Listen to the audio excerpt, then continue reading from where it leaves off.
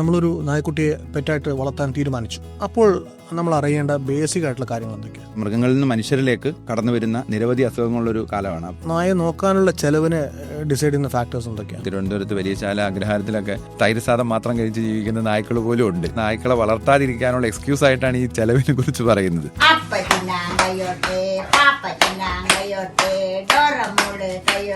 പാപ്പം തിന്നാൻ കൈകൊട്ടുന്ന റോട്ട് വീലറിനെ കാണാം. ഇതെങ്ങനെയാണ് ആ ഒരു ജന്മസിദ്ധമായിട്ടുള്ള നേച്ചറിനെ മറികടന്നുകൊണ്ട് ഇങ്ങനെയൊക്കെ ചെയ്യുന്നത്? ഒരു തരം മൈക്രോ ഇവല്യൂഷൻ ആയിട്ട് എനിക്ക് തോന്നുന്നു. ഈ ഡാൻസ് കളിക്കുന്ന ആ ഒരു റോഡ് വീലർ തന്നെ മറ്റൊരു സാഹചര്യത്തിൽ അവൻ ഫെറോഷ്യസ് ആയേക്കാം. എന്തുകൊണ്ടാണ് ഇങ്ങനെ ഈ വളർത്തുന്ന നായ്ക്കൾ ഇങ്ങനെ അക്രമത്തിലേക്ക് കടക്കുന്നത്? അവരും ഇമോഷണലായിട്ടുള്ള ബീയിങ്സ് ആണ്. ചിലപ്പോൾ അവർക്ക് ഇഷ്ടപ്പെടാത്ത ചില സാഹചര്യങ്ങളിൽ ചിലപ്പോൾ അവർ അക്രമാസക്തരാവാം. നമ്മുടെ നാട്ടിലെ ഏറ്റവും വലിയ പ്രശ്നങ്ങളിലൊന്നാണ് ഇവിടുത്തെ തെരുവ് നായ്ക്കളുടെ ശല്യം. വെറുതെ വന്നൊരു നായ നമ്മളെ വന്ന് കടിച്ചിട്ട് പോകുന്നൊരു സ്ഥിതിയില്ല. എല്ലാ മനുഷ്യരും നമ്മുടെ നാട്ടിൽ ഓരോ സ്ട്രേ ഡോഗിനെ വെച്ച് അഡോപ്റ്റ് ചെയ്താൽ തീരുന്ന പ്രശ്നമേ ഉള്ളൂ ഇത്. നായ മനുഷ്യന്റെ ഏറ്റവും മികച്ച കമ്പാനിയനായി മാറിയതിന് 10,000-കണക്കിന് വർഷങ്ങളുടെ സാക്ഷ്യമുണ്ട്. എന്നിട്ടും ഒരു നായയെ വീട്ടിൽ വളർത്തുന്നത് എന്തിനെന്നും എങ്ങനെ വളർത്തണമെന്നും നമുക്ക് എത്ര പേർക്ക് ധാരണയുണ്ട്? വീട്ടിലെ നായ നിരുപാധിക സ്നേഹത്തിന്റെ അടയാളമാകുമ്പോൾ തെരുവിലെ നായ കടിച്ചുകീറുന്നത് എന്തുകൊണ്ടാണ്? അറിയേണ്ട ചില കാര്യങ്ങളുമായി വെറ്ററിനറി സർജനും Thiruvananthapuram Sadako pet clinic and ബോർഡിംഗിന്റെ സ്ഥാപകനുമായ ഡോക്ടർ കിരൺ ദേവ്.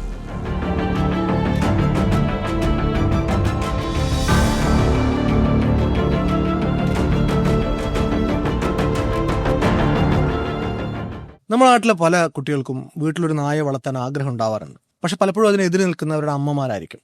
വീടാകെ വൃത്തികേടാവും, നായ ആര് നോക്കും, അങ്ങനെ പല കൺസേൺസ് അവർക്ക് ഉണ്ടാവും. ഇതിനൊരു പോംവഴി എന്താണ്? അമ്മമാരെ സംബന്ധിച്ച് അവർ കുട്ടികളോട് സ്നേഹമുള്ളവരാണെങ്കിൽ അവർക്ക് അവർക്ക് ചെയ്തു കൊടുക്കാവുന്ന ഒരു നല്ല കാര്യമായിട്ടാണ് എനിക്ക് ഒരു നായ്ക്കുട്ടിയെങ്കിലും അവർക്ക് സമ്മാനിക്കുക എന്നുള്ളത്. കാരണം ആ കുട്ടികൾ അവർക്കൊരു നല്ല കമ്പാനിയനായിരിക്കും, അവർക്ക് കളിക്കാനൊരു കൂട്ടാളിയായിരിക്കും. അല്ലെങ്കിൽ മറ്റു പല നിലയ്ക്കും അവരുടെ വ്യക്തിത്വ വികാസം പോലുള്ള വലിയ വലിയ കാര്യങ്ങളിലേക്ക് പോയില്ലെങ്കിൽ പോലും അവർക്ക് അവരുടെ സമയം സ്പെൻഡ് ചെയ്യാൻ ഏറ്റവും നല്ല ഒരു സംഗതിയാണ് ഈ നായ്ക്കളുമായിട്ടുള്ള കളി എന്ന് പറയുന്നത്. ആ കാര്യത്തിൽ യഥാർത്ഥത്തിൽ നമ്മുടെ നാട്ടിൽ എൻ്റെ വീട്ടിലടക്കം അമ്മയ്ക്ക് ഞാൻ ആദ്യമായിട്ടൊരു നായ്ക്കുട്ടി അല്ലെങ്കിൽ നമ്മളെ ഒരു നായ്ക്കുട്ടി റോഡിന് എടുത്തുകൊണ്ട് വരുന്ന സമയത്ത് വലിയ പ്രശ്നങ്ങളായിരുന്നു. പക്ഷേ പിന്നീട് അതുമായിട്ട് അടുത്ത് കഴിയുമ്പോൾ ആ ഒരു കൺസേൺ ഇല്ലാണ്ട് ആവുകയാണ് ഉണ്ടായത്. പിന്നെ നല്ല രീതിയിലുള്ള ട്രെയിനിങ് കാര്യങ്ങളൊക്കെ കൊടുക്കുകയാണെന്നുണ്ടെങ്കിൽ ഈ നായ്ക്കൾ വീട് വൃത്തികേടാക്കാതെ ഇരിക്കുകയും ചെയ്യും. പ്രത്യേകിച്ച് ഈ കാലത്തിൽ എനിക്ക് തോന്നുന്നു ഈ കാലഘട്ടത്തിൽ ഈ കുട്ടികൾ കൂടുതലായിട്ട് മൊബൈലുമായിട്ട് അഡിക്ഷൻ ആവുന്നുണ്ട്. മൊബൈലുമായിട്ട് മാത്രമല്ല അവർക്ക് എൻഗേജ് ചെയ്യാൻ പല കാര്യങ്ങളും നല്ല എന്ന് പറയാനുള്ള ഒരു സാഹചര്യം ഇല്ലാത്ത സിറ്റുവേഷനിൽ നമുക്ക് ഈ നായ്ക്കുട്ടികളെയോ അല്ലെങ്കിൽ പൂച്ചക്കുട്ടികളെയോ പോലെയുള്ള പെറ്റ്സിനെ നമുക്ക് കൊടുത്തു കഴിഞ്ഞാൽ അവർ കുറേയൊക്കെ അവർ ആ കുട്ടികളായിട്ടുള്ള അവർക്ക് അത് മാത്രമല്ല അവർക്ക് ആ എമ്പതി എന്ന് പറയുന്ന ഒരു അടിസ്ഥാനമായിട്ടുള്ള ഒരു ഫീലിംഗ് അവർക്ക് ഉണ്ടായി വരികയും ചെയ്യുമെന്നാണ് എനിക്ക് മനസ്സിലാക്കാൻ സാധിച്ചിട്ടുള്ളത്. പല വീട്ടിലും ഒറ്റ കുട്ടികളാണല്ലോ. അപ്പോൾ അവിടെ പ്രത്യേകിച്ചും ഒരു രണ്ടാമത്തെ കുട്ടിക്ക് പകരം ഒരു പട്ടിക്കുട്ടി വന്നു കഴിഞ്ഞാൽ കുറേയൊക്കെ അവർ തമ്മിൽ സിബ്ലിംഗ് പോലെയൊക്കെ വളർന്നു വരുന്ന കാണാറുണ്ട്. വളരെ നല്ലൊരു തോട്ടാണ്. കാരണം ഈ പൊതുവേ മനുഷ്യർ ഒറ്റ തുരുത്തുകളായിട്ട് മാറുന്ന ഒരു കാലഘട്ടമാണിത്. അതുകൊണ്ട് തന്നെ ആയിരിക്കാം, പ്രത്യേകിച്ച് കോവിഡിന് ശേഷമാണ് എനിക്ക് തോന്നിയിട്ടുള്ളത്, അതുകൊണ്ട് തന്നെ ആയിരിക്കാം പെറ്റ്സിനോടുള്ള ആറ്റിറ്റ്യൂഡും ഒക്കെ മാറിയിട്ടുണ്ട്. ഒരുപാട് പെറ്റ്സിനെ വളർത്തുന്നവരും ആ ഒരു വലിയ ഇൻഡസ്ട്രി ആയിട്ട് തന്നെ അത് മാറിയിട്ടുണ്ട്. നമ്മളൊരു നായ്ക്കുട്ടിയെ പെറ്റായിട്ട് വളർത്താൻ തീരുമാനിച്ചു, അഡോപ്റ്റ് ചെയ്യാൻ തീരുമാനിച്ചു. അപ്പോൾ നമ്മൾ അറിയേണ്ട ബേസിക് ആയിട്ടുള്ള കാര്യങ്ങൾ എന്തൊക്കെയാണ്? നമ്മൾ എവിടെ നിന്നാണ് ഈ നായ്ക്കുട്ടിയെ വാങ്ങുന്നത് അല്ലെങ്കിൽ അഡോപ്റ്റ് ചെയ്യുകയാണെന്നുണ്ടെങ്കിൽ അങ്ങനെ, അതായത് വാങ്ങുന്ന സ്ഥലം ആരുടെ കയ്യിൽ നിന്നാണ് വാങ്ങുന്നത്, അതിന് യഥാർത്ഥത്തിൽ വാക്സിനേഷൻ കാര്യങ്ങളെല്ലാം പ്രോപ്പറായിട്ട് ചെയ്തിട്ടുണ്ടോ, വിരമരുന്ന് കൊടുത്തിട്ടുണ്ടോ, അതൊക്കെ വളരെ പ്രധാനമാണ്. അതിൻ്റെ ജനറൽ ഹെൽത്തിനെ പിന്നീടാണെങ്കിലും ബാധിക്കുന്ന കാര്യങ്ങളാണ്. മറ്റെന്തെങ്കിലും അസുഖങ്ങളുണ്ടോ എന്നൊരു ഡോക്ടറുമായിട്ട് കൺസൾട്ട് ചെയ്യുക ഉടൻ തന്നെ, അതും ഒരു പ്രധാന കാര്യമാണ്. കാരണം നമുക്കറിയാത്ത പലതരത്തിലുള്ള അസുഖങ്ങൾ പെട്ടെന്ന് ഒറ്റ നോട്ടത്തിൽ നമുക്ക് മനസ്സിലാക്കാൻ സാധിക്കാത്ത തരത്തിലുള്ള നിരവധി അസുഖങ്ങൾ, സാധാരണക്കാരന് പെട്ടെന്ന് മനസ്സിലാക്കാൻ സാധിക്കാത്ത അസുഖങ്ങളുണ്ടാവും. പ്രത്യേകിച്ചും സൂനോട്ടിക് ഡിസീസുകൾ ഒരുപാടുള്ള ഒരു കാലമാണ്. മൃഗങ്ങളിൽ നിന്ന് മനുഷ്യരിലേക്ക് കടന്നു വരുന്ന നിരവധി അസുഖങ്ങളുള്ളൊരു കാലമാണ്. അപ്പം അതുകൊണ്ടാണ് നമ്മൾ ഈ ഒരു അനിമലിനെ, ഒരു പെറ്റിനെ നമ്മൾ അഡോപ്റ്റ് ചെയ്യുന്ന വാങ്ങുന്ന സമയത്ത് നമ്മൾ ഇത്തരം കാര്യങ്ങൾ നോക്കണമെന്ന് പറയുന്നത്. ഇനി അഡോപ്ഷൻ ആണെങ്കിൽ പോലും ഒരു തെരുവ് നായയെ നമ്മളെ വീട്ടിലേക്ക് കൊണ്ടുവരികയാണ് ആണെന്നുണ്ടെങ്കിൽ അതിന് നമ്മൾ ഉടൻ തന്നെ ഒരു വിരമരുന്ന് കൊടുത്ത് അതിനെ വിരയിൽ നിന്ന് വിമുക്തമാക്കണം. പിന്നെ അതുപോലെ വാക്സിനേഷൻ പ്രോപ്പറായിട്ട് എടുക്കണം. മറ്റെന്തെങ്കിലും അസുഖം ഉണ്ടോ എന്ന് തൊട്ടടുത്ത ഹോസ്പിറ്റലിൽ, ഗവൺമെൻറ് ഹോസ്പിറ്റലിലോ പ്രൈവറ്റ് ഹോസ്പിറ്റലിലോ കൊണ്ടുപോയി അവരോട് കൺസൾട്ട് ചെയ്യേണ്ടത് അത്യാവശ്യമാണ്. നമ്മളിപ്പോൾ ഒരു നായ്ക്കുട്ടിയെ വാങ്ങിക്കാൻ തീരുമാനിച്ചു എന്ന് വിചാരിക്കാം, നമുക്ക് അതിൻ്റെ ഒരു പ്രൈസ് റേഞ്ച് എത്രയാണ്? എത്ര തൊട്ട് എത്ര വരെ നായ്ക്കൾ അവൈലബിൾ ആണ്? യഥാർത്ഥത്തിൽ 1000 രൂപ തൊട്ട് മോഹവില വരെ നീളുന്ന ഒരു റേഞ്ചാണ് അതിനുള്ളത്. അപ്പോൾ നമുക്ക് ഇപ്പോൾ ഡിമാൻഡ് കൂടി വന്നുകൊണ്ടിരിക്കുകയാണ്. പല നല്ല ബ്രീഡുകൾക്കും കോവിഡിന് മുമ്പുണ്ടായിരുന്ന ഒരു വിലയല്ല, പെട്ടെന്നൊരു ഇൻക്രീസ് വന്നു. അതിനുശേഷം പിന്നീട് ഒരു ഡൗൺഫോൾ കുറച്ച് കാലമായിട്ട് വന്നിട്ടുണ്ട്. ഇപ്പം ഒരു സാധാരണ ഒരു ലാബ്രഡോറോ അതല്ല ഒരു റോഡ് വീലറോ ഒക്കെ ആണെങ്കിൽ 5000, 10000 തൊട്ട് 25,000, 30,000 വരെയുണ്ട്. അതിൻ്റെ കാര്യത്തിൽ പ്യുവർ ബ്രീഡ് ആണെങ്കിൽ അതിന് വില കുറച്ചുകൂടി കൂടും, 30, 35 വരെയൊക്കെ പോകും.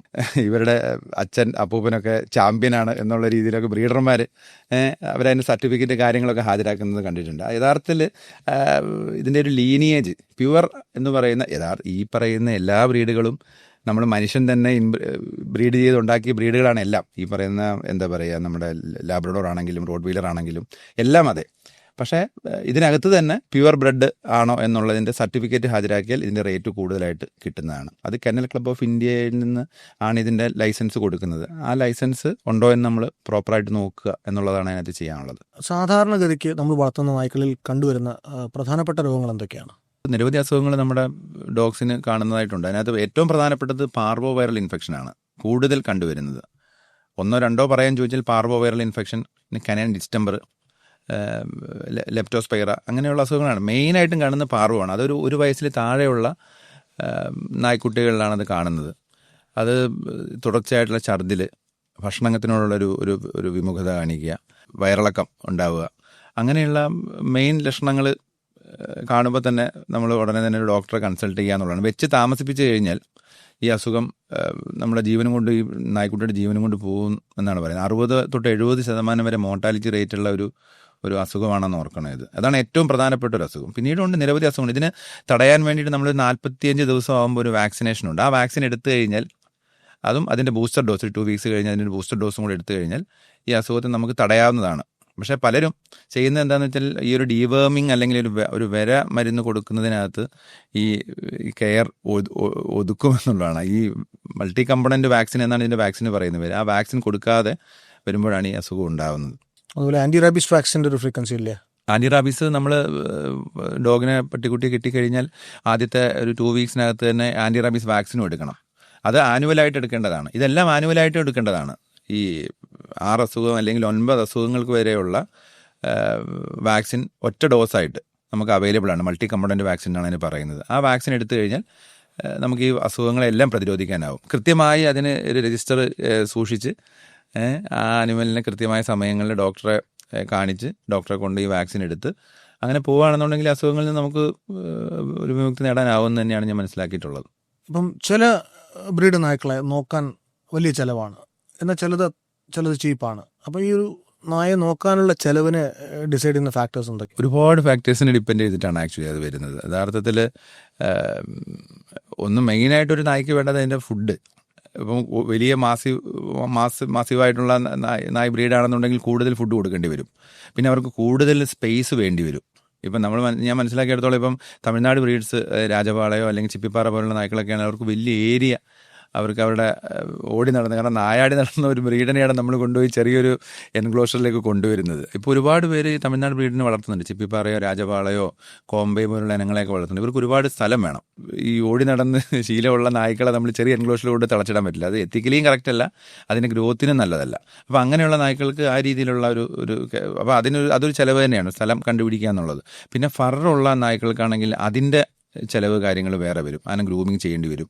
അവരെ പ്രോപ്പറായിട്ട് ഈ പറയുന്ന ഒരു ഷാമ്പു ഉപയോഗിച്ചിട്ട് വാഷ് ചെയ്ത് കൃത്യമായിട്ട് അതിൻ്റെ ഒരു പരിചരണം, വേണ്ട വൈറ്റമിൻ മിനറൽ സപ്ലിമെൻറ്റ്സ് എല്ലാം കൊടുക്കുക, അങ്ങനെയുള്ള കാര്യങ്ങളിൽ വേണ്ടി വരും. പിന്നെ അസുഖം വരുന്ന സമയത്ത് നമ്മളതിനെ നോക്കണ്ടേ, അങ്ങനെ ഒരു കാര്യം കൂടെ ഉണ്ട്. അസുഖത്തിനുള്ള ട്രീറ്റ്മെൻറ്റ് കാര്യങ്ങൾ മറ്റെല്ലാ അനിമൽസിനെ പോലെ തന്നെ നായ്ക്കളുടെ കാര്യത്തിലും ഇങ്ങനെയാണ് ചിലവ് കൂടുന്നത്. യഥാർത്ഥത്തിൽ ഫുഡിൻ്റെ കാര്യത്തിൽ ഇവർ മെയിനായിട്ട് ഓംനിവോറസ് ആണ്. പച്ചക്കറിയും പറയുന്ന മീറ്റും രണ്ടും അവർ കഴിക്കുന്നതാണ്. നമ്മൾ സാധാരണഗതിയിൽ നാടൻ നായ്ക്കളൊക്കെ ആണെന്നുണ്ടെങ്കിൽ നമുക്ക് നാട്ടിൻപുറത്ത് കിട്ടുന്ന ഫുഡൊക്കെ കൊടുത്ത് തന്നെയാണ് നമുക്ക് വളർത്താവുന്നത്. എനിക്കറിയാവുന്നതാണ്, തിരുവനന്തപുരത്ത് വലിയ ശാല അഗ്രഹാരത്തിലൊക്കെ തൈര് സാദം മാത്രം കഴിച്ച് ജീവിക്കുന്ന നായ്ക്കൾ പോലും ഉണ്ട്. അപ്പം അതുകൊണ്ട് നമ്മൾ അതിനെക്കുറിച്ച് ഒരുപാട് കൺസേൺ ആവാതെ കൂടാതെ തന്നെ നമുക്ക് വളർത്താനും കഴിയും. യഥാർത്ഥത്തിൽ പലരും ഞാൻ മനസ്സിലാക്കിയിടത്തോളം ഈ നായ്ക്കളെ വളർത്താതിരിക്കാനുള്ള എക്സ്ക്യൂസ് ആയിട്ടാണ് ഈ ചെലവിനെ കുറിച്ച് പറയുന്നത്. ഇപ്പോൾ ചില നായ്ക്കൾ നമ്മൾ പണ്ട് മുതലേ പറഞ്ഞു കേട്ടില്ല, ഹസ്കി പോലുള്ള നായ്ക്കൾക്കൊക്കെ AC റൂം വേണമെന്നൊക്കെ പറയുന്നത്, അതൊക്കെ ശരിയാണോ? ചെറിയ പ്രായത്തിൽ ഹസ്കി അല്ലെങ്കിൽ സെയിൻറ്റ് ബെർണാഡ് പോലെയുള്ള നായ്ക്കളെ നമ്മൾ വിദേശ നമ്മുടെ രാജ്യങ്ങളിലെ സ്റ്റോറികളിലോ ഒക്കെ നമ്മൾ കേട്ടിട്ടുള്ള പരിചയമാണ്. അപ്പോൾ ആ ചിത്ര പുസ്തകങ്ങളിലെല്ലാം നമ്മൾ ഇവനെ കാണുന്നത് മഞ്ഞുമലയുടെ പശ്ചാത്തലത്തിലോ ഒക്കെ ആയതുകൊണ്ട് അങ്ങനെ വേറുറച്ചു പോയ ഒരു കൺസെപ്റ്റ് ആയിട്ടാണ് എനിക്ക് തോന്നുന്നത്. യഥാർത്ഥത്തിൽ ഇവർ നമ്മളുടെ ഈ ക്ലൈമറ്റിലും വളരുന്നുണ്ട്.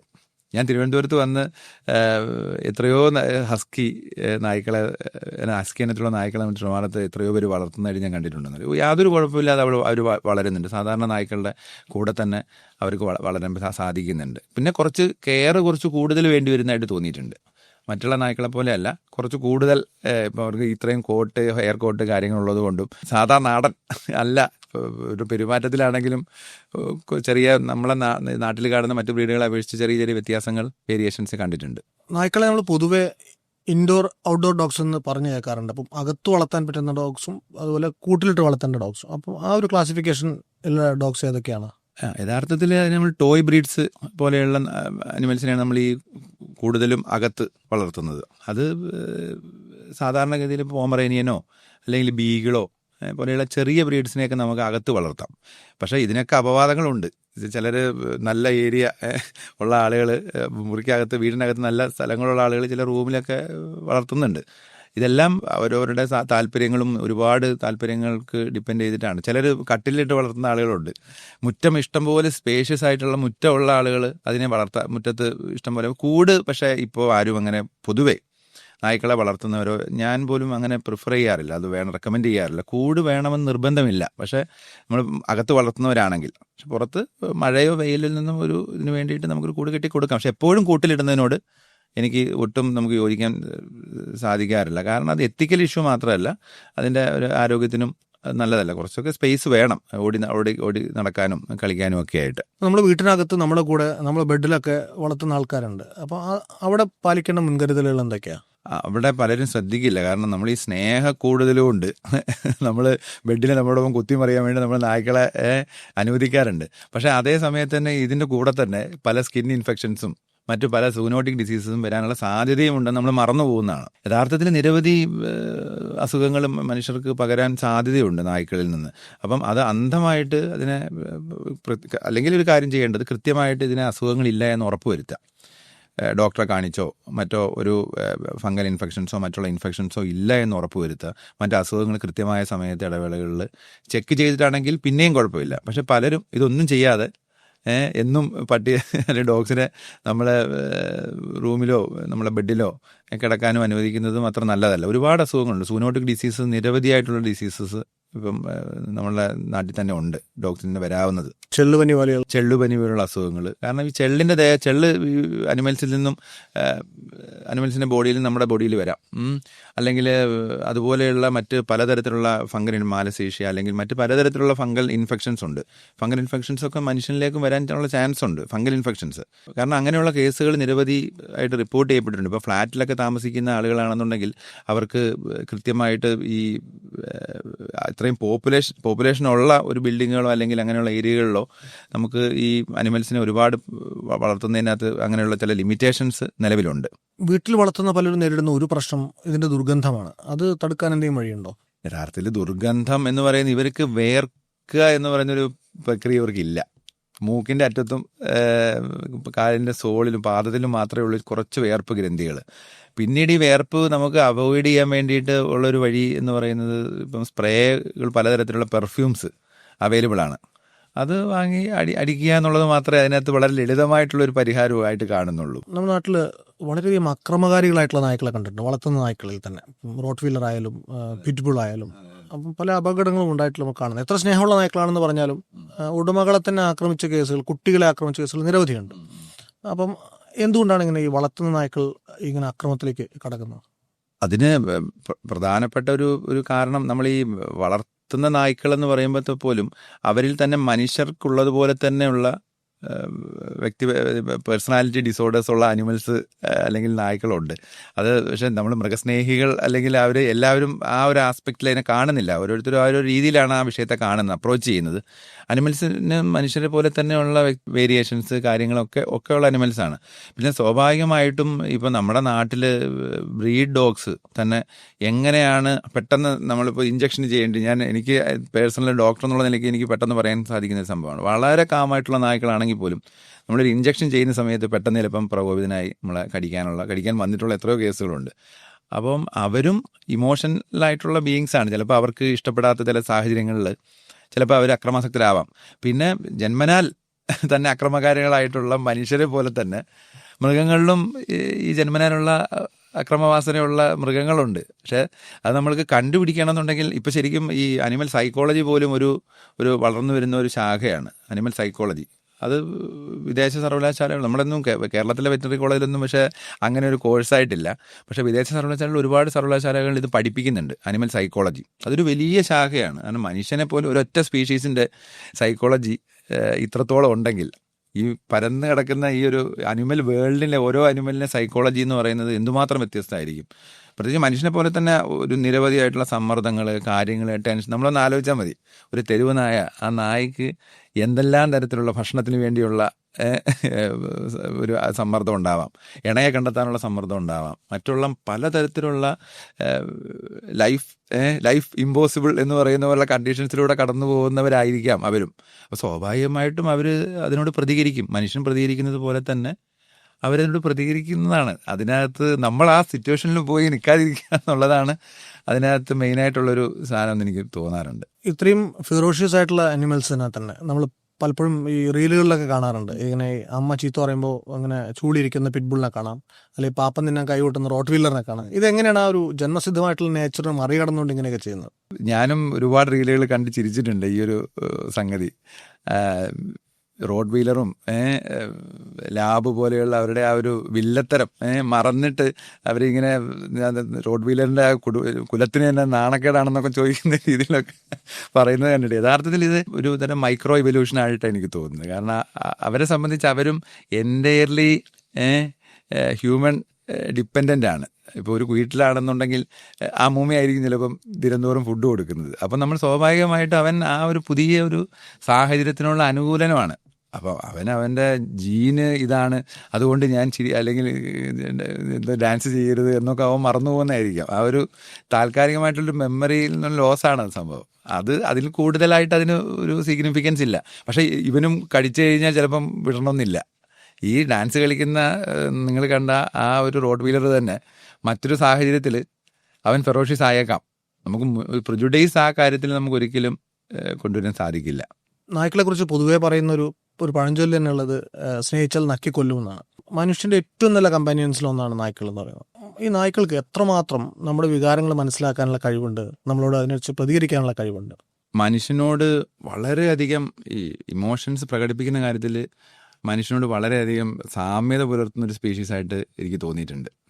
നമ്മൾ ചില റീൽസൊക്കെ കണ്ടിട്ടുണ്ടാവും. അതായത് ഓണറുടെ മുഖവും അയാൾ വളർത്തുന്ന നായ്ക്കളും രണ്ടുപേരുടെ എക്സ്പ്രഷൻസ് ഏതാണ്ട് സമാനമായിട്ടുള്ള ചില റീൽസ് ഞാൻ കണ്ടിട്ടുണ്ട്. അത് എനിക്ക് തോന്നാറുണ്ട്. കാരണം അവർ കാണുന്നത് മറ്റു നായ്ക്കളെ അല്ല, ഈ ഓണറെയാണ് നിരന്തരമായിട്ട് കാണുന്നത്. പ്രത്യേകിച്ച് ഒരു ചെറിയ എൻക്ലോഷറിൽ രാവിലെയും വൈകുന്നേരം എല്ലാ സമയത്തും കാണുന്നത് ഇയാളെയാണല്ലോ. അപ്പോൾ സ്വാഭാവികമായിട്ടും അയാളോട് കമ്മ്യൂണിക്കേറ്റ് ചെയ്താലേ ഇവൻ്റെ സർവൈവൽ സാധ്യമാവുള്ളൂ.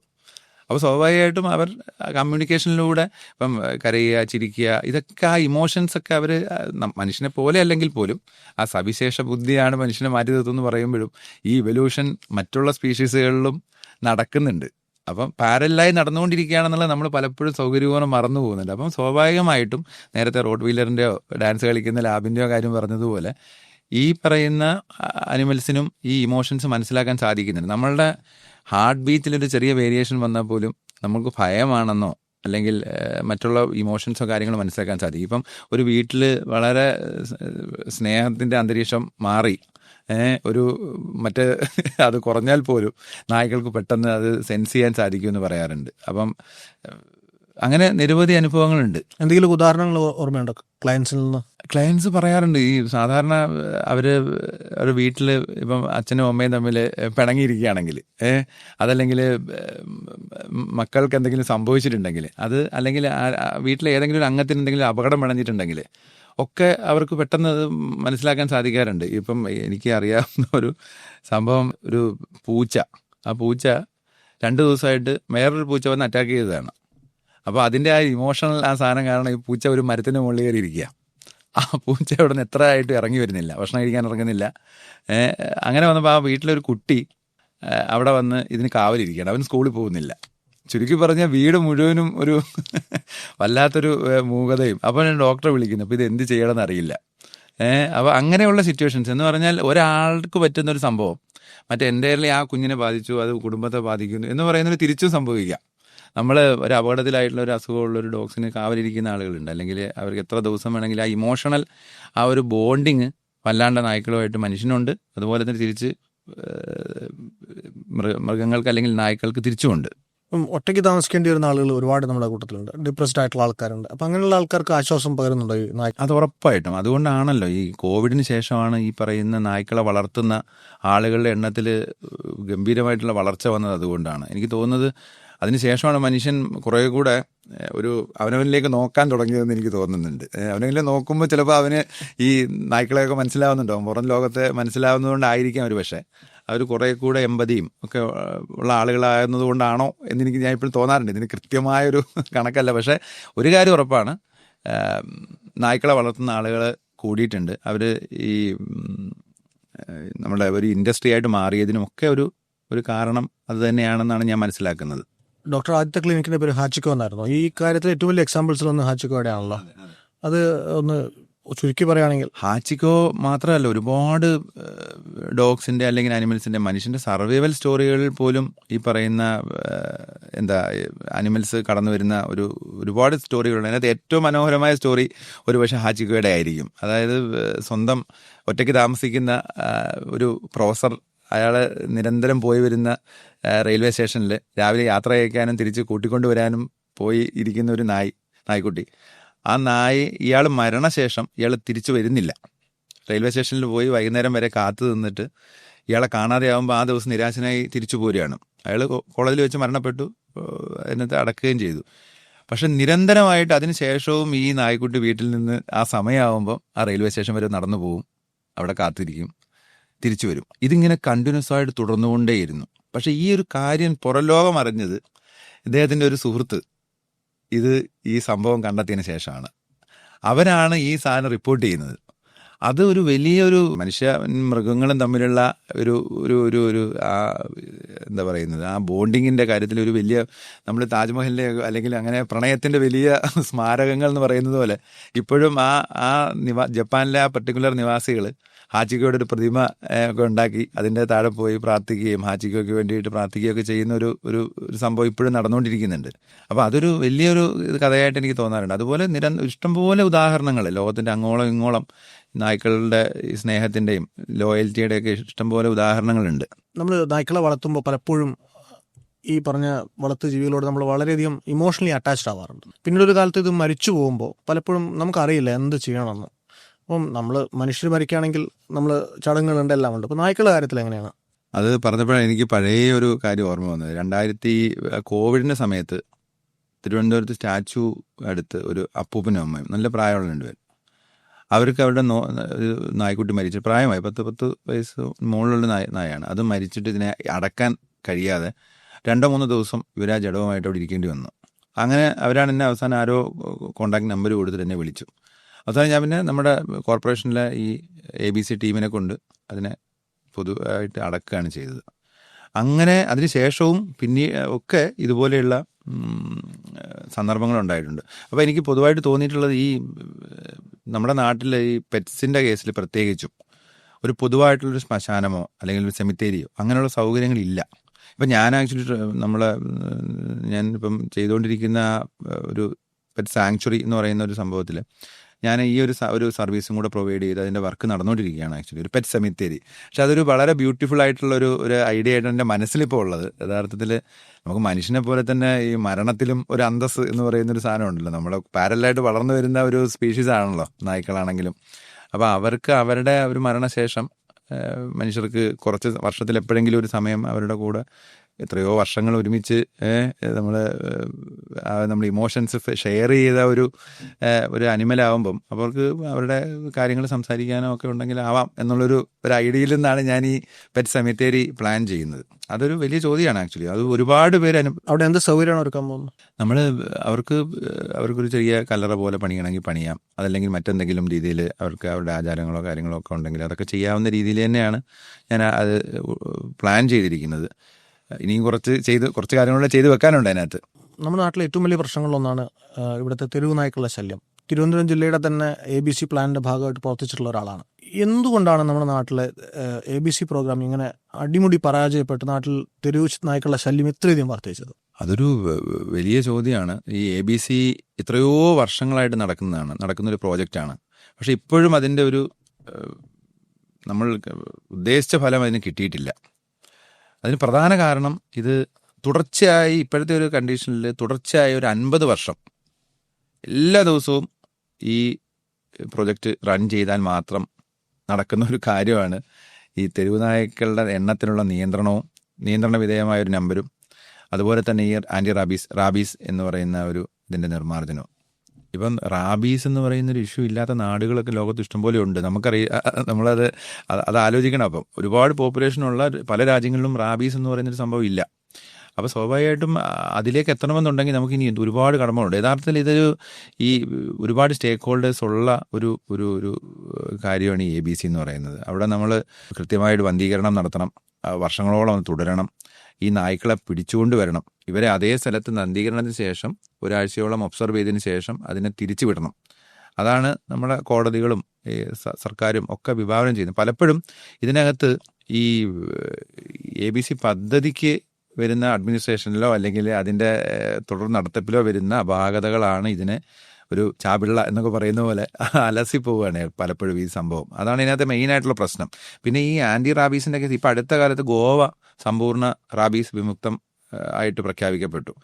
ഗോവയുടെ കേസ് എനിക്ക് പേഴ്സണലി അറിയാവുന്നതാണ്. ഗോവയിൽ കൃത്യമായ നീലഗിരി ഊട്ടി ഏരിയ സമ്പൂർണ്ണ റാബീസ് വിമുക്തമാണ്. അവിടെയൊക്കെ ചെയ്യുന്ന ഒരു സംഭവം ഇതാണ്, കൃത്യമായ രീതിയിൽ ഈ സാധനം വർഷങ്ങളോളം, ഗോവയിലൊക്കെ എനിക്ക് തോന്നുന്നു 10-20-25 വർഷമായിട്ട് കണ്ടിന്യൂസ് ആയിട്ട് നടക്കുന്നുണ്ട്. പക്ഷേ ഇവിടെ ഓരോ 5 വർഷം കൂടുമ്പോഴും എന്തെങ്കിലുമൊക്കെ കാരണങ്ങളാൽ ഇത് നിന്നു പോവുകയാണ്. അത് അഡ്മിനിസ്ട്രേറ്റേഴ്സ് മാത്രം ശ്രദ്ധിക്കേണ്ട ഒരു കാര്യമാണ്. ഒരു വെറ്റിനറി സർജൻ എന്നുള്ള നിലയ്ക്ക് എനിക്ക് ചെയ്യാവുന്നത് സർജറി ചെയ്ത് ഓരോ ദിവസം ഇത്ര സർജറികൾ ചെയ്ത് നമുക്ക് അത് ആ നമ്പറിലേക്ക് അടുപ്പിക്കുക എന്നുള്ളതാണ്. ഇത് റൺ ചെയ്യിക്കുക എന്ന് പറയുന്നത് ഇതിനകത്ത് ഒരുപാട് പേരാണ്. ഡോഗ് ക്യാച്ചേഴ്സ് വേണം, അതുപോലെ ഇതിനെ ഡോഗ് രാവിലെ പോയി അതിരാവിലെ സമയത്താണ് പോയിട്ട് ഇതിനെ ക്യാച്ച് ചെയ്യുന്നത്, ഡ്രൈവേഴ്സ് വേണം, അത് കഴിഞ്ഞ് സർജറി വേണം, അറ്റൻഡേഴ്സ് വേണം, ഇതിനെ പാർപ്പിക്കാൻ ഇടം വേണം, നല്ലൊരു ഹോസ്പിറ്റൽ ഇതിനോട് ചേർന്ന് വേണം.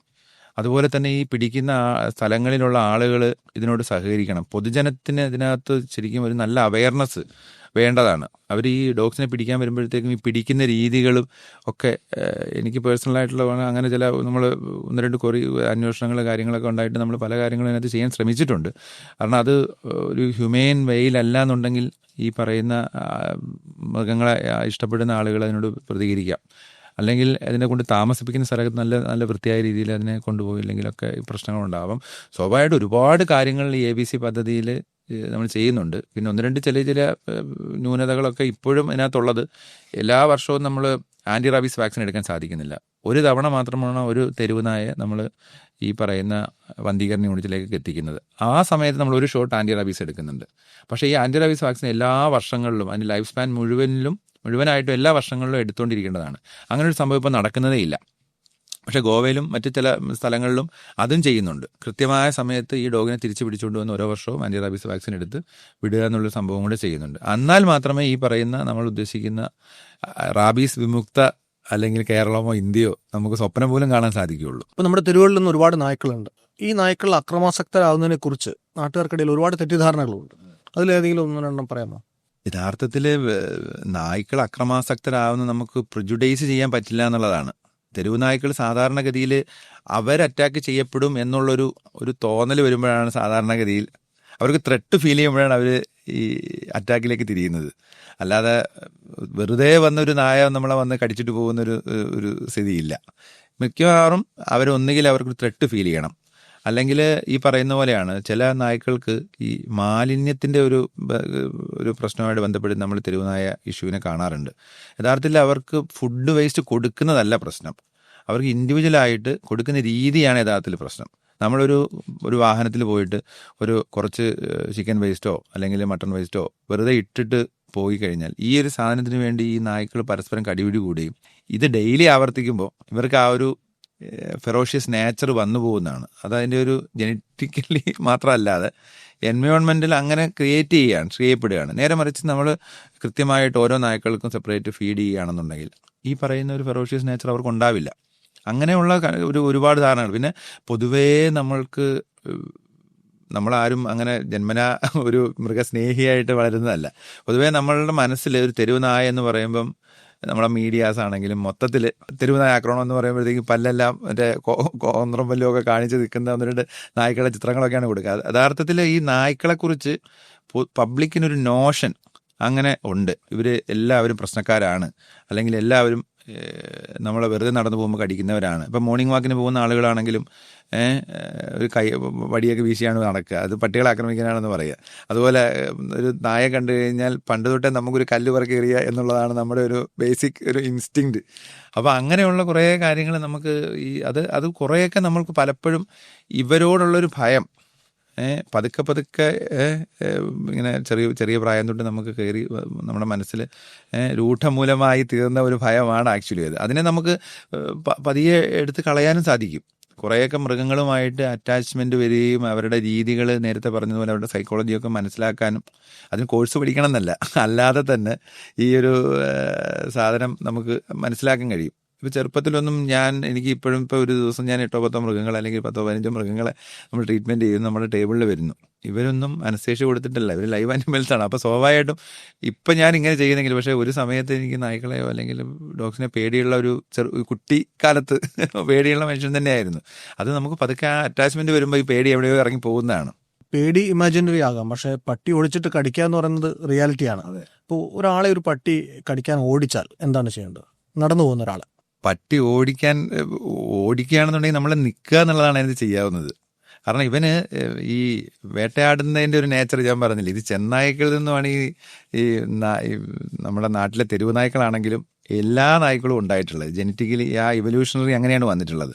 അപ്പോൾ ഇവൻ ആ ചെന്നായ്ക്കളുടെ ആ ഒരു വേട്ടയാടുന്ന ഇൻസ്റ്റിങ്ക്റ്റും ഈ പുറകെ ഓടിക്കുക അല്ലെങ്കിൽ അങ്ങനെ ഒരു സംഭവമുണ്ട്. അപ്പം അത് അവിടെ നിന്നാണ് കിട്ടുന്നത്. പക്ഷെ നേരെ മറിച്ച് നമ്മൾ ഒരിടത്ത് നിൽക്കുകയാണ്, നമ്മൾ വളരെ കാമൻ കൂളായിട്ട് നിൽക്കുകയാണ് എന്നുണ്ടെങ്കിൽ ഇവനും ആ ഓട്ടം നിർത്തും എന്നുള്ളതാണ് അനുഭവം. പക്ഷെ ചില നായ്ക്കൾ ഈ ഓടിക്കുന്ന നായ വല്ല റാബീസ് നായ ആണോ ഇല്ല എന്നുള്ളത് നമ്മൾ അവിടെ അപ്പോഴൊരു പ്രശ്നമുണ്ട്. എല്ലാ നായ്ക്കളും അങ്ങനെ ആവണമെന്നുമില്ല. അപ്പം നമ്മൾ ഓടാതെ നമ്മളൊന്ന് ഒബ്സർവ് ചെയ്ത് ചിലപ്പോൾ ഒന്ന് സ്പീഡ് കുറച്ച് ചിലപ്പോൾ അവന് സ്പീഡ് കുറയ്ക്കും. അങ്ങനെ ഒന്ന് ശ്രമിച്ചു നോക്കാൻ. കണ്ടിന്യൂസ് സ്പീഡ് കൂട്ടിക്കൊണ്ടിരുന്നാലും അവന് സ്പീഡ് കൂട്ടുന്നതായിട്ടാണ് നമുക്കും അനുഭവം ഉള്ളത്. അപ്പം കുറച്ച് സ്പീഡ് കുറച്ച് നോക്കുക. അപ്പോൾ അവൻ സ്പീഡ് കുറയ്ക്കുന്നുണ്ടെങ്കിൽ പിന്നെ ഈ ബേസിക് ആയിട്ടുള്ള നമുക്കുള്ള പേടി തന്നെയാണ് അവനറിയാം കൃത്യമായിട്ടും ഈ വരുന്ന ആൾക്ക് ഭയമുണ്ടോ അല്ലെങ്കിൽ തിരിച്ച് ഭയം അത് നമ്മുടെ ബോഡിയിലും മൂവ്മെൻറ്റിലും ഒക്കെ അവന് മനസ്സിലാവുന്നുണ്ട്. ഒരു അസ്വാഭാവികത എന്ന് പറയുന്ന ഒരു സാധനം അവന് മനസ്സിലാവുന്നുണ്ടാവും.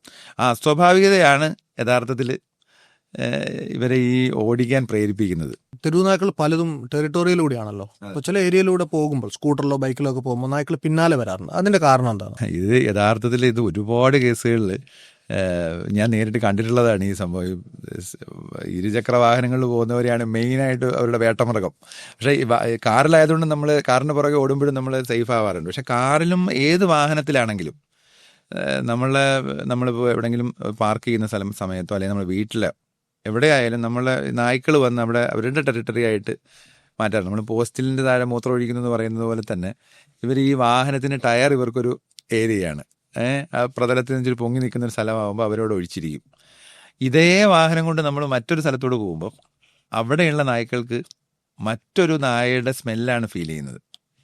അപ്പോൾ ആ ടെറിട്ടറിയിൽ ആരാടാ ഇത് പുതിയൊരാൾ എന്നുള്ളൊരു സാധനത്തിലാണ് അവരിതിനെ ഓടിക്കുന്നതാണ് അവിടെ നിന്ന്. അവർക്കിത് വാഹനമാണെന്നോ അങ്ങനെയൊന്നുമല്ല, അവരുടെ ഒരു ആത്മസാക്ഷാത്കാരം, ജീവിതത്തിൻ്റെ ലക്ഷ്യം തന്നെ ഈ ടെറിട്ടറി മാർക്കിംഗ് ആണ്. അതിനൊരു ത്രെട്ടായിട്ടാണ് അവർ ഈ വാഹനത്തെ കാണുന്നത്. അപ്പോൾ സ്വാഭാവികമായിട്ടും അത് അവരുടെ ആ ടെറിട്ടറിക്ക് അപ്പുറത്തേക്ക് വരുന്നത് വരെ അതിനെ ഓടിക്കുക എന്നുള്ളത് ഇവരുടെ ഒരു. അപ്പോൾ നമ്മൾ ശരിക്കും ചെയ്യേണ്ടത്, വാഹനം ഇവിടെ ഈ നേരത്തെ പറഞ്ഞ വാഹനം നിർത്തുകയാണെന്നുണ്ടെങ്കിൽ ഈ സ്മെല്ല് കിട്ടുന്ന, ഈ ഓടുന്ന വാഹനത്തിൽ നിന്നാണ് കാറ്റിന് ഓപ്പോസിറ്റ് ഡയറക്ഷനിൽ ഈ സ്മെല്ല് കിട്ടുന്നത്. അപ്പോൾ അതിൽ നിന്നൊരു മോചനം, ആ ഒരു സ്മെല്ല് കിട്ടാതെ ആവുന്ന സമയത്ത് അതവിടെ നിൽക്കുകയും പിന്നെ നമുക്ക് പതുക്കെ അങ്ങ് കൊണ്ടുപോകാം.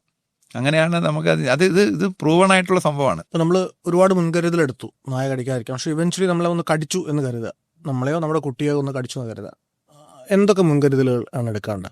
അത് ഈ നിരന്തരമായിട്ട് ഇപ്പോൾ റാബീസ് അല്ലെങ്കിൽ അങ്ങനെയുള്ള കേസുകൾ ഒരുപാട് കുട്ടികളുടെ കേസിൽ വന്നിട്ടുണ്ട്. അപ്പം പൊതുവേ ഞാൻ കണ്ടിട്ടുള്ളത്, ഈ കുട്ടികളാരും ഈ കടിച്ച കാര്യം വീട്ടിൽ വന്ന് അവതരിപ്പിക്കില്ല. ഒന്നുകിൽ ഇഞ്ചക്ഷനോടുള്ള പേടി, അല്ലെങ്കിൽ മറ്റെന്തെങ്കിലും. അപ്പം അങ്ങനെയാണ് ഈ കുട്ടികളുടെ കേസിൽ ഒരുപാട് പ്രശ്നം കണ്ടിട്ടുള്ളത്. നമ്മൾ അഥവാ ഇനി വീണു എന്നൊക്കെ പറഞ്ഞാൽ പോലും ശരിക്കും ഇത് പട്ടികടിയാണ് അല്ല എന്നുള്ളത് പേരൻസ് ഒന്ന് ശ്രദ്ധിക്കണം. കാരണം പുറത്ത് കുട്ടികൾ പ്രത്യേകിച്ച് കളിക്കാൻ പോകുന്ന പൊതു ഇടങ്ങളിലൊക്കെ ഡോഗ്സും ഒക്കെ ഉണ്ടെങ്കിൽ ഈ മുറിവ് എങ്ങനെ വന്നതാണെന്നോ നമ്മൾ അവരോട് ചോദിച്ചറിയണം. അവർ പറഞ്ഞില്ലെങ്കിൽ പോലും എന്ന് തോന്നാറുണ്ട് പല കേസുകളിലും അങ്ങനെ. പിന്നീട് ഇത് അഥവാ ഇനി അത് പട്ടികടിയാണെന്ന് നമുക്ക് മനസ്സിലായാൽ നമ്മൾ ആദ്യം തന്നെ ചെയ്യേണ്ടത് നല്ലപോലെ സോപ്പ് ഉപയോഗിച്ച്, സാധാരണ സോപ്പ് ഉപയോഗിച്ച് അത് വാഷ് ചെയ്യുക എന്നുള്ളതാണ്. നല്ല റണ്ണിങ് വാട്ടറിൽ ഒരു 10 മിനിറ്റ് നേരം ആ മുറിവ് നല്ലപോലെ സോപ്പ് ഉപയോഗിച്ച് നല്ലപോലെ വാഷ് ചെയ്ത് കളയുക. റണ്ണിങ് ഒരുപാട് അത് ഇഞ്ചുറി വരുന്ന രീതിയിൽ ചെയ്യരുതെന്നും പറയും. അതൊരു പ്രധാനപ്പെട്ട കാര്യമാണ്. നമ്മൾ ചകിരിയൊക്കെ വെച്ചിട്ട് ഭയങ്കരമായിട്ട് ആ മുറിവിനെ വല്ലാണ്ട് ഷേക്ക് ചെയ്ത് കഴിഞ്ഞാൽ ഈ വൈറസ് കുറച്ച് അകത്തേക്ക് പോകുന്നുണ്ട്. അത് ജസ്റ്റ് ആ റണ്ണിങ് വാട്ടറിൽ പിടിച്ചാൽ മാത്രം മതി, സോപ്പ് ഉപയോഗിച്ചിട്ട് ജസ്റ്റ് ഒന്ന് കാണിച്ചാൽ മാത്രം മതി. അതിനുശേഷം പക്ഷേ ഒരിക്കലും ഈ ഡെറ്റോൾ പോലുള്ള ആൻറ്റിസെപ്റ്റിക് സാധനങ്ങൾ ഉപയോഗിക്കുക. ഡെറ്റോൾ ഈ വൈറസിന് മുകളിൽ യാതൊരു ആക്ഷനും ഇല്ല എന്നുള്ളതാണ്. പക്ഷേ പലരുടെ തെറ്റിദ്ധാരണ അൾട്ടിമേറ്റ്ലി എല്ലാവരുടെ ആൻറ്റിസെപ്റ്റിക് ലോഷൻ എന്ന് പറയുന്നത് ഡെറ്റോളാണ്. പക്ഷേ ഈ വൈറസിൻ്റെ കാര്യത്തിൽ ഈ പറഞ്ഞ ഡെറ്റോളിന് പ്രത്യേകിച്ച് എഫക്റ്റ് ഒന്നുമില്ല. പല ഹോസ്പിറ്റലുകളിൽ പോലും നമ്മൾ ഡെറ്റോൾ വെച്ചിട്ട് മാത്രം കഴുകിയാൽ ഈ റാബീസിൻ്റെ ഒരു പട്ടിക്കടിക്ക് ഉടനെ ഒരു സമാധാനമാകുമെന്ന് വിചാരിക്കുന്നുണ്ട്. പക്ഷെ അത് കഴിഞ്ഞാൽ ഉടനെ തന്നെ പെട്ടെന്നുള്ള ഹോസ്പിറ്റലിൽ എത്തിക്കുക. അതിൻ്റെ ഈ മുറിവിൻ്റെ തീവ്രത അനുസരിച്ച് ചിലപ്പോൾ നമുക്ക് ഇമ്മ്യൂണോഗ്ലോബുലിൻ പോലും ചെയ്യേണ്ടി വരും. ഈ മുറിവിന് ചുറ്റിലും ഉള്ള ഇഞ്ചക്ഷനാണ് അത്. മുറിവിൻ്റെ തീവ്രത അനുസരിച്ച് ഡോക്ടർമാരാണ് തീരുമാനിക്കുക അത് ഇമ്മ്യൂണോഗ്ലോബുലിൻ വേണ്ട കേസാണോ അതല്ല. സാധാരണ പോലെ 0th 4th 7th 14th ഡേയ്സിൽ 4 ഇഞ്ചക്ഷൻ, അതോടുകൂടി നമുക്ക് ഈ പോസ്റ്റ് ബൈറ്റ് വാക്സിനേഷൻ എന്നാണ് പറയുന്നത്. അതോടുകൂടി നമുക്ക് ഈ ഒരു പരിഹാരം കണ്ടെത്താവുന്നതാണ്. പക്ഷേ ഇനി പ്രീ ബൈറ്റ് വാക്സിനേഷൻ ഉണ്ട്. അതെടുത്തു കഴിഞ്ഞാലും നമ്മളിപ്പോൾ പോസ്റ്റ് ബൈറ്റ് വാക്സിനേഷൻ ചെയ്യാറുണ്ട്. കാരണം ഈ ഒരു അസുഖം അങ്ങനെയാണ്. നമുക്കതൊരു കാരണം ഒന്നാമത്തെ കേസ് റാബീസ് വൈറസ്, നമുക്ക് റാബീസ് ആണെന്ന് കൺഫേം ചെയ്യാൻ ഈ മരണത്തിന് ശേഷമേ സാധിക്കുകയുള്ളൂ. ഈ കടി കിട്ടിയ ആളുടെ അല്ലെങ്കിൽ കടി കിട്ടിയ അനിമലിൻ്റെ മരണത്തിന് ശേഷം മാത്രമേ നമുക്ക് സാധിക്കുകയുള്ളൂ. നമ്മുടെ ബ്രെയിൻ എടുത്തുകൊണ്ട് പോയി നെഗറ്റീവ് ബോഡീസൊക്കെ ഉണ്ടോ എന്ന് നോക്കി, അങ്ങനെ വലിയ ഒരു പ്രൊസീജിയറാണത്. അപ്പോൾ അതുകൊണ്ട് അതിനൊന്നും കാത്തിരിക്കാൻ നമുക്ക് പറ്റില്ല. അപ്പോൾ നമ്മൾ ഒരു സംശയമുള്ള കേസിൽ നമ്മൾ ഉടനെ നമ്മൾ ആ അനിമലിനെയോ അല്ലെങ്കിൽ ആ കടിയേറ്റ ആളെയോ അടുത്തുള്ള ഹോസ്പിറ്റലിലേക്ക് പറഞ്ഞു വിടുക. എൻ്റെ അടുത്ത് വരുന്ന 100 പേരെയും അങ്ങനെ സംശയം തോന്നിക്കഴിഞ്ഞാൽ നമ്മൾ പറഞ്ഞു വിടുകയുള്ളൂ. അല്ലാതെ അതിനകത്ത് ഒരിക്കലും നോക്കാം എന്ന് പറഞ്ഞ് നമുക്ക് ഒഴിവാക്കാൻ സാധിക്കാത്തൊരു അസുഖമാണ് ഈ റാബീസിൻ്റെ കേസ്. തെരുവുനായ ശല്യത്തിന് നിലവിലെ സംവിധാനങ്ങളൊന്നും തന്നെ ഫലപ്രദമല്ല എന്നുള്ള കാര്യത്തിൽ സംശയമില്ല. ഡോക്ടറുടെ അഭിപ്രായത്തിൽ ഇനി അങ്ങോട്ടെങ്കിലും ഇത് പരിഹരിക്കാൻ എന്താണ് ചെയ്യാൻ പറ്റുക? അല്ല, നമുക്ക് അങ്ങനെ ശുഭാപ്തി വിശ്വാസം കൈവിടേണ്ട കാര്യമൊന്നുമില്ല. കാരണം നിലവിൽ ഇത് തന്നെയാണ് വഴികൾ നമ്മുടെ മുമ്പിലുണ്ട്. അത് നടപ്പിലാക്കുന്ന രീതിയിലാണ് പ്രശ്നം ഇരിക്കുന്നത്. ഈ പറയുന്ന ഏറ്റവും പ്രധാനപ്പെട്ടത് ABC പദ്ധതി നല്ല രീതിയിൽ കൊണ്ടുപോകുക എന്നുള്ളതാണ്. പിന്നെ ഈ മാലിന്യത്തിൻ്റെ കേസ് ഞാൻ പറഞ്ഞത്, മാലിന്യം നമ്മൾ വെറുതെ വലിച്ചെറിഞ്ഞ്, അലക്ഷ്യമായിട്ട് വലിച്ചെറിഞ്ഞ്, ഇൻഡിവിജ്വലായിട്ട് ഫീഡ് ചെയ്യാതെ വലിച്ചെറിഞ്ഞ്, അവരെ തമ്മിൽ ഈ അങ്ങോട്ടും ഇങ്ങോട്ടും ഒരു ഭക്ഷണത്തിന് വേണ്ടിയിട്ടുള്ളൊരു കോമ്പറ്റീഷനിലേക്ക് അവരെ തുറന്നു വിടാതെ ശ്രമിക്കുക. പിന്നെ ഏറ്റവും വലിയൊരു കാര്യമായിട്ട് എനിക്ക് തോന്നിയിട്ടുള്ളത്, വിദേശ രാജ്യങ്ങളിലൊക്കെ ചെയ്യുന്ന ഒരു കാര്യം എന്താണെന്ന് വെച്ചാൽ പെറ്റ് അഡോപ്ഷൻ, അല്ലെങ്കിൽ ഈ സ്ട്രേ ഡോഗ്സിനെ അഡോപ്റ്റ് ചെയ്യുക. എല്ലാ മനുഷ്യരും നമ്മുടെ നാട്ടിൽ ഓരോ പെറ്റ് ഡോഗ്, ഓരോ സ്ട്രേ ഡോഗിനെ വെച്ച് അഡോപ്റ്റ് ചെയ്താൽ തീരുന്ന പ്രശ്നമേ ഉള്ളൂ. ഇത് അവരവരുടെ വീടുകളിലേക്ക് ഇതിനെ ഒരു എനിമിയായിട്ട് കാണാതെ അവരവരുടെ വീടുകളിലേക്ക് കൊണ്ടുപോവുക, അതിന് ഭക്ഷണം കൊടുക്കുക. അല്ലെങ്കിൽ ഒരു തെരുവ് നായിക്ക് എത്ര സ്ഥലം വേണം? ഈ പറയുന്ന ഈ പൂച്ചയ്ക്കാരും മണികെട്ടും എന്ന് പറയാതെ ചോദിച്ചുകൊണ്ടേ ഇരിക്കാതെ ഈ ഒരു സംഭവം ഒന്ന് ഫോളോ ചെയ്ത് കഴിഞ്ഞാൽ ഈ പ്രശ്നമെല്ലാം തീരും. അത് എത്രത്തോളം പ്രാക്ടിക്കലാണ് അതിന് ഈ പറയുന്ന മറ്റ് സർക്കാരുകൾ കാര്യങ്ങൾ. ഇപ്പോൾ യഥാർത്ഥത്തിൽ നമ്മുടെ സർക്കാർ ഈ ഇന്ത്യൻ മോങ്കൽ, അതാണല്ലോ നമ്മുടെ നാടൻ നായ എന്ന് പറയുന്നത്, അതിനൊരു ബ്രീഡായിട്ട് തന്നെ കണക്കാക്കി അംഗീകരിച്ചിട്ടുണ്ട്. യഥാർത്ഥത്തിൽ മറ്റ് പല ബ്രീഡുകളെക്കാളിലും എല്ലാ കാര്യത്തിലും അവരുടെ ഗാർഡിയൻ എന്നുള്ള രീതിയിലാണെങ്കിലും, അവരുടെ സെക്യൂരിറ്റി എന്നുള്ള രീതിയിലാണെങ്കിലും, അവരുടെ സ്നേഹത്തിൻ്റെ കാര്യത്തിലാണെങ്കിലും, മനുഷ്യനായിട്ടുള്ള അറ്റാച്ച്മെൻറ്റിൻ്റെ കാര്യത്തിലാണെങ്കിലും എല്ലാ അർത്ഥത്തിലും നല്ലൊരു ബ്രീഡാണ് ശരിക്കും ഇന്ത്യൻ മോങ്കരൽ എന്ന് പറയുന്നത്. അല്ല ഒരു നാടൻ നായ് എന്നുള്ളൊരു രീതി മാറിയിട്ട് അതിനെ കാണേണ്ട ഒരു രീതി അതിനെ മാറ്റേണ്ട കാലം കഴിഞ്ഞിട്ടുണ്ട്. ആക്ച്വലി അതൊരു ശരിക്കും ഈ പറയുന്ന സ്ട്രേ ഡോഗിനെ അഡോപ്റ്റ് ചെയ്യുന്ന ഒരുപാട് നല്ല നല്ല ഡ്രൈവുകൾ ഒരുപാട് NGOs ഒക്കെ ചെയ്യുന്നുണ്ട്. അത് കൂടുതലാക്കണം, കൂടുതൽ വ്യാപിപ്പിക്കണമെന്നാണ് എനിക്ക് പറയാനുള്ളത്. ഞാൻ തന്നെ വളർത്തുന്ന ഒരു തെരുവുനായ ഉണ്ട്. അവനെ ഒരു 4 വർഷം മുമ്പ് ഞാൻ പട്ടത്ത് ക്ലിനിക്കിൽ വർക്ക് ചെയ്യുന്ന ക്ലിനിക്ക് ഉണ്ടായിരുന്ന സമയത്ത് എൻ്റെ ഒരു പരിചയത്തിലുള്ളൊരു സുഹൃത്ത് ഒരു തെങ്ങിൻ തോട്ടത്തിൽ ഇങ്ങനെ മരിക്കാറായി കിടക്കുന്ന ഒരു ആഴ്ചകൾ പ്രായമുള്ള ഒരു നായ എൻ്റെ ക്ലിനിക്കിലേക്ക് കൊണ്ടുവരികയും അതിനെ ഞാനൊരു അന്ന് എങ്ങനെ ട്രീറ്റ് ചെയ്ത് അതിനെ രക്ഷിച്ചെടുത്തു. പക്ഷെ അത് കഴിഞ്ഞ് ഇവർ ബാംഗ്ലൂർ അവരുടെ വർക്കിന് തിരിച്ചു പോയി. അപ്പോൾ ചുരുക്കി പറഞ്ഞാൽ ഈ നായ്ക്കുട്ടി നമ്മുടെ ക്ലിനിക്കിൽ ഒരു അന്തേവാസിയായിട്ട് അവൻ വളരെ ഉണ്ടായത്. അവൻ ഇപ്പോഴും സടാക്കോ എന്നുള്ള പേരിലാണ് അറിയപ്പെടുന്നത്. അരുവിക്കര മുഴുവൻ അറിയാം അവനെ. സടാക്കോ എന്ന് പറഞ്ഞാൽ അറിയാം. സടാക്കോ യഥാർത്ഥത്തിൽ ഞാനല്ല, അവനാണ് സടാക്കോ എന്ന് എനിക്ക് തോന്നുന്നു. അവൻ ഇപ്പം വളരെ ഹാപ്പി ആയിട്ട് ഹെൽത്തി ആയിട്ട് എൻ്റെ കൂടെ ഉണ്ട് എന്ന് പറയുന്ന പോലെ എനിക്കറിയാവുന്ന. ഇപ്പം വേറൊരു ഉദാഹരണം പറയുകയാണെങ്കിൽ വിഴിഞ്ഞത്ത് ഒരു ജോയിയുടെ ഓട്ടോറിക്ഷയിൽ ഞാൻ ഒരിക്കൽ കേസിന് പോവേണ്ടത് ടൗണിൽ വെച്ചിട്ട്. അപ്പോഴാണ് എനിക്ക് ജോയിക്ക് ഈ തെരുവ് നായ്ക്കളോടുള്ള ഒരു അറ്റാച്ച്മെന്റ് എനിക്ക് മനസ്സിലായത്. അത് ഞാൻ സംസാരിച്ചു. അപ്പോഴാണ് മനസ്സിലായത് ജോയ് ഒരുപാട് തെരുവ് നായ്ക്കളെ, ജോയ് ആരും പരാതിയൊന്നും പറയാതെ, ജോയിക്ക് ചെറിയ വീടാണ്, ചെറിയൊരു കുടുംബമാണ്, പക്ഷെ ജോയ് ഇഷ്ടം പോലെ തെരുവ് നായ്ക്കളെ എടുത്ത് വളർത്തുന്നുണ്ട്. അതുപോലെ ഒരുപാട് പേരുണ്ട്. അതുപോലെ തെരുവ് നായ്ക്കൾക്ക് ഭക്ഷണം നല്ല രീതിയിൽ കൃത്യമായ സമയത്ത് മുടങ്ങാതെ കൊടുക്കുന്നത്. അതെല്ലാം ഈ പറയുന്ന ഒരു കമ്പാഷൻ അല്ലെങ്കിൽ ആ ഒരു ഹ്യൂമാനിറ്റി അങ്ങനത്തെ ഒരു ആസ്പെക്റ്റിലാണ് അവർ അതിനെല്ലാം ഈ ചെയ്തുകൊണ്ടിരിക്കുന്നത്. അവർക്കൊന്നും തിരിച്ചു കിട്ടിയിട്ടല്ല. അങ്ങനെ ചെയ്യുന്ന ഒരുപാട് മനുഷ്യരുള്ളത് കൊണ്ടാണ് യഥാർത്ഥത്തിൽ ഈ ഒരു തെരുവ് നായ്ക്കളുടെ പോപ്പുലേഷനും അല്ലെങ്കിൽ തെരുവ് നായ്ക്കൾ പലതും പട്ടിണി കിടക്കാതെ ജീവിച്ചു പോകുന്നു. വളർത്തു നായ്ക്കളും തെരുവ് നായ്ക്കളും നമുക്ക് ഒരുപാട് കൺസേൺ ഉള്ള, ഒരുപാട് കൺഫ്യൂഷൻസ് ഉള്ള 2 വിഷയങ്ങളാണ്. ഇപ്പോൾ ഇത്രയും നേരം സംസാരിച്ചതിലൂടെ നമുക്ക് ഒരുപാട് ക്ലാരിറ്റി ഇതിലൊക്കെ ഉണ്ടായിട്ടുണ്ടെന്ന് കരുതുന്നു. ഇങ്ങനൊരു സംഭാഷണത്തിന് നന്ദി. നമ്മൾ രണ്ടുപേരും ഈ വിഷയം ഒരുപാട് തവണ പേഴ്സണലി സംസാരിച്ചിട്ടുള്ളതാണ്. എങ്കിൽ പോലും ആദ്യമായിട്ടാണ് ഒരു മേശയുടെ അപ്പുറം ഇപ്പുറം ഇരുന്ന് ഇത്രയും ക്രിസ്റ്റൽ ക്ലിയർ ആയിട്ട് ഇത്രയും കാര്യങ്ങൾ ഒരുമിച്ച് സംസാരിക്കാൻ സാധിച്ചത്. അതിന് ഒരുപാട് നന്ദി. Thank you.